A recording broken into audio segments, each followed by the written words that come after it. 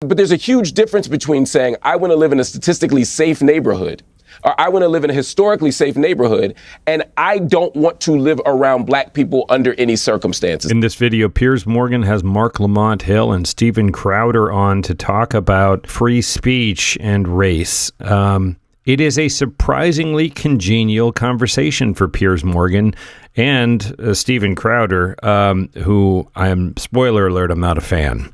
Why don't we watch this together? I'll have some thoughts, and then I want to know what you think in the comments.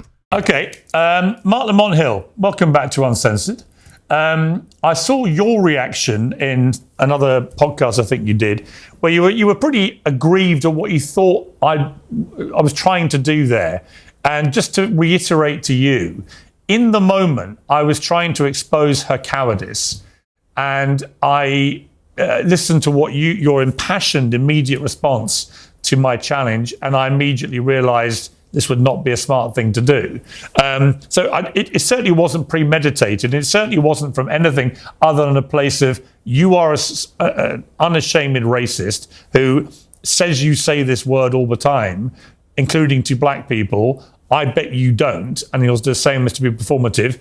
Let's see if I'm right. And, with hindsight, it was a little ill-advised, but it wasn't me trying to be theatrical or get a viral moment, just to reassure you, because you and I go back a long way. I wouldn't want to deliberately put you in that position. And you very quickly responded and made me immediately realize the peril of potentially doing what I was trying to do. But in relation to what Steven Crowder says, now look, a lot of what Steven says, I agree with. I do think we've got to a weird place in society where words and language have been ridiculously over-weaponized and used to cancel people and ruin their lives and so on. I agree with that. But I also think there are certain things and words and phrases which have been accepted by society for quite some time now to be completely unacceptable. And one of them is the N-word, particularly when it's used against black people by white people, right? And this woman, the way this Lily Gaddis sort of proudly giggled her way, talking about how proud she is to say it and so on, I found completely repellent and disgusting. But in terms of what Steven said about, this is heading to a dangerous area if you weaponize words generally, is he right?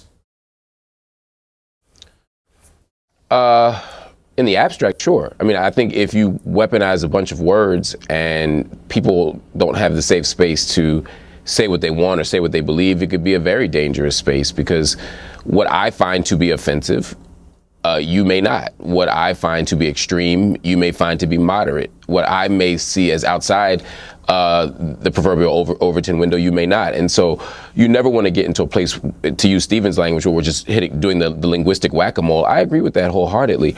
But I don't think that's what's at issue here. I think there are a few things. You all said a bunch of interesting things that I want to that I want to get at. The first thing is, I guess, to Steven's initial point about my self-emasculation. At the thought, I wasn't melting down, as some on the right have said, because I was afraid that this boogeyman N-word was going to pop out of her mouth and I was going to fall away. That wasn't the point at all. I think you actually characterized it properly, Piers. I was frustrated not at the looming threat of the N-word coming out of her mouth. It was at the spectacle that I felt like in that moment was being created that was wholly unnecessary. And again, I don't think you were doing it intentionally at my expense, but we're all hosts. There's a moment where you got somebody on the ropes, and we know it's a good moment. We know it's a big moment. And getting a white person to say the N-word, it's like A Few Good Men. It's like, did you order, it's the Jack Nicholson moment, right? If you can get them to do that, that's a big moment. And I get that. I guess my point at the time was, it's not the smoking gun that we think. White people don't lie about using the N-word. They lie about not using the N-word. If she already said, I use the N-word in private. So no one pretends to use the N-word when they don't. So I actually didn't think that we needed that confession out of her. Oh, man. Marc Lamont Hill makes such an excellent point there. Nobody lies about 100%. For me, as far as the other point here, I don't accept Steven's analysis here of the donations to the campaign. even if he is right that people were donating out of some political reaction to our hypersensitivity as a society, that's the wrong person to do it to. Do it to the person that's getting doxxed because they made a mistake 10 years ago. Do it to the person who rapped the N-word, on Gold Digger, and suddenly it has lost their ability to go to college. There's all kinds of people who we might say, even if we don't agree fully on the context, who we could say, hey, is a better example of the cause. But as you said, Piers, this is somebody who was using the word in the exact context that we're afraid of, or not afraid of, in the exact context that we're frustrated about, in the exact context that we think it's being used in. And so to dump money, almost $800,000 into her coffers, it ultimately rewards her for using that language. Imagine if an arsonist were to set a building on fire, and all three of us agreed that arson should not get the death penalty. I think we probably all agree on that. But if we were to then take $1 million and dump it in their GoFundMe to fund the arsonist's legal defense, and now they get off, is that the right way to do it? Is that the right call? There might be other ways to do it than to fund the person who's done something. Mr. Crowder has very politely raised his right hand to speak, which I think is a rare example of good manners on this program. This is exactly what I'm talking about. This is Piers Morgan. Steven Crowder is remaining silent and politely raising his hand to make a point. I can't believe how congenial this clip is from the Piers Morgan program. It feels like it's dreamland. I'm in bizarro world. So, Stephen, your response? Well, it's the Canadian in me. And actually, Dr. Hill and I have go a while back on Fox News. And like I said, he's always been a gentleman. And I do accept I saw him on a podcast later explaining that he didn't know who the guest was going to be. This is after the fact. And I have a much greater understanding now. I also get it. I will say, great. Now do stabbing. And I think I know what the answer is going to be. Can we both, if we want to find common ground here, agree that, we really find ourselves at a weird point in this country when a bunch of people are giving to a lady who yells the N-word at a 5-year-old, and a bunch of people are giving to someone who is famous for no other reason than allegedly stabbing an innocent person? I know that we'll say it's because innocent until proven guilty, but this is the information that we have on both of these scenarios at this point in time. And what I'm discussing is the prescription moving forward. And one final thing. Here's the point that I was making that you didn't show in that clip too, was saying that it's racist for someone to say they would prefer to live in a predominantly white neighborhood, or they would prefer to live in their neighborhood, which is not black, I believe is what they said. And I don't believe it was necessarily her. I believe there was a man on the panel who said that, but you do. And I'm not going to attribute racism in your heart because only 4% of the population where you're placed in Los Angeles is black. I think we need to stop attributing and imbuing hatred, and I think we need to stop empowering them. But we do find ourselves at a point in this country where neither of these give, send, goes would have blown up if it existed 10 years ago. Why? How'd we get here?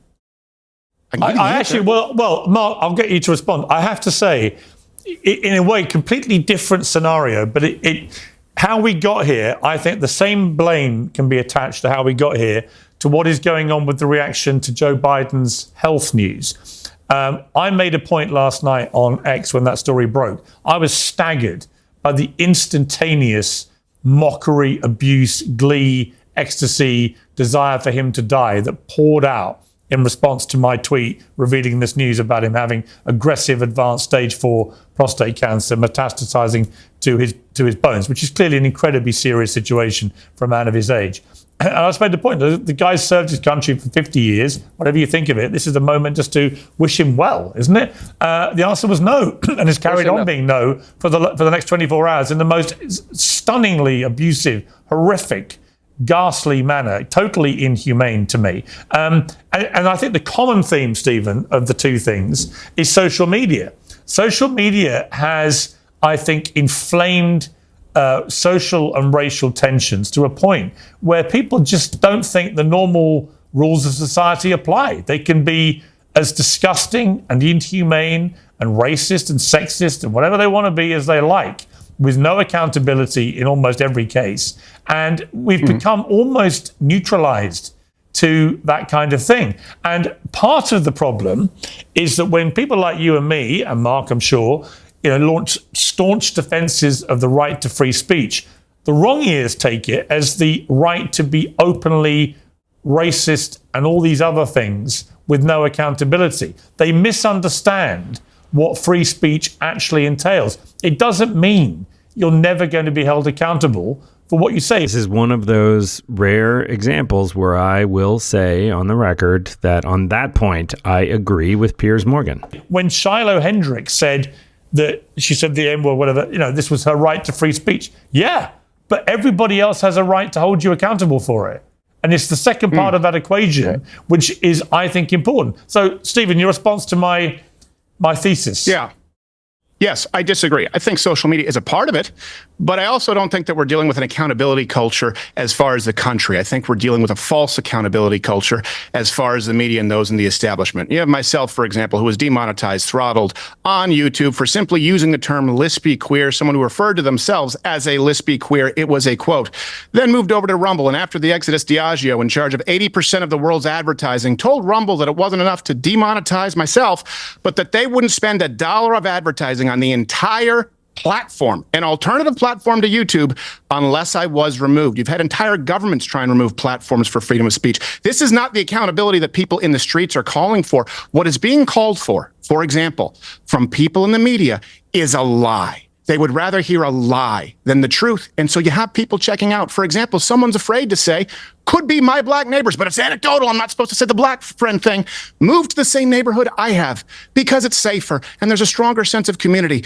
But if you want me to lie to you and say, I picked that neighborhood and it just so happens to be more mixed or more white, but my neighbor's a former Dallas Cowboy, you can demand a lie, but the media is demanding the lie, not the American people. I am in no way concerned going down to a black neighborhood, because I do it, to the tune of hours, hundreds of hours of footage and hundreds of millions of views discussing these issues. The challenge I run into is when someone else, a third party, wants to play a game of telephone and tell them that it's racist. You can go and watch. I had not one, not two, but 10 people in this installment say, yeah, I think all lives matter. I think anyone who says that's white supremacy is out of their mind. They don't speak for us, the black community. I'd never know that unless I had that conversation with them. Very few people are doing it. You're demanding a lie of people. Okay, Mark, your response. Lots of things. Again, first, I think Stephen is, and I don't assign to you any ill intent, but you're comparing apples and oranges here when we talk about the Carmelo Anthony and the racist woman, I can't think of her name, video. Lily Gaddis. I think, as you pointed out, Shiloh all day, Hendricks. no, not Lily Gaddis, but you're talking about Shiloh Hendricks. Yeah. Shiloh Hendricks, yes. When you talk about context, I think we have to look at context in the context even of these GoFundMes, right? The people who are funding Carmelo Anthony, you can tell this from the comments, this isn't my guess, they're not saying good job. They're saying, we don't believe that you're guilty. We don't believe that you've gotten a fair legal process. And so we're sending money to make sure that you get a proper legal defense because we don't believe that you are guilty of this crime. That is what they're saying. Now, you and I may look at the evidence and come to the same conclusion or a different conclusion, but they're not attempting to reward the behavior. They're attempting to challenge a system that they feel like is misrepresenting the behavior. In the case of the N-word and this woman, right, Shiloh, what's happening is quite different. They're not saying, hey, we feel like she's taken such a loss from her free exercise of free speech that we want to reimburse her for that. That would be a different argument. I still wouldn't want to do it, but that would at least be logically and morally consistent. When you look in the comments and when you talk to people who are funding that campaign, they are literally shouting the N-word. They are literally echoing the racial epithet. And that is different. That's why I say, if this is really going to be a First Amendment cause, again, and not the lie that you're talking about, then let's invest in actual First Amendment causes and not this. And to your second point, I agree, and then I got you wholeheartedly. I mean, there's absolutely nothing wrong with making decisions about where you want to live. But there's a huge difference between saying, I want to live in a statistically safe neighborhood, or I want to live in a historically safe neighborhood, and I don't want to live around black people under any circumstances. And again, the latter is what came out in our conversation on the show the last time. And we're melding those two things as if they are the same, and then acting as if there's just no room for a white person, or a black person for that matter, to exercise any radical honesty about where they want to live. I ain't met a person yet that doesn't want to live in a safe neighborhood. I want to live in a safe neighborhood. I also want to live around black people. People can make their own choices, but let's not pretend they're the same thing. I think ultimately I agree with all of Marc Lamont Hill's points. I like a more polite version of Steven Crowder, but I still don't like Steven Crowder. And Piers Morgan is Piers Morgan. I mean, I think to a certain degree, Piers Morgan mirrors back what he gets from his panel.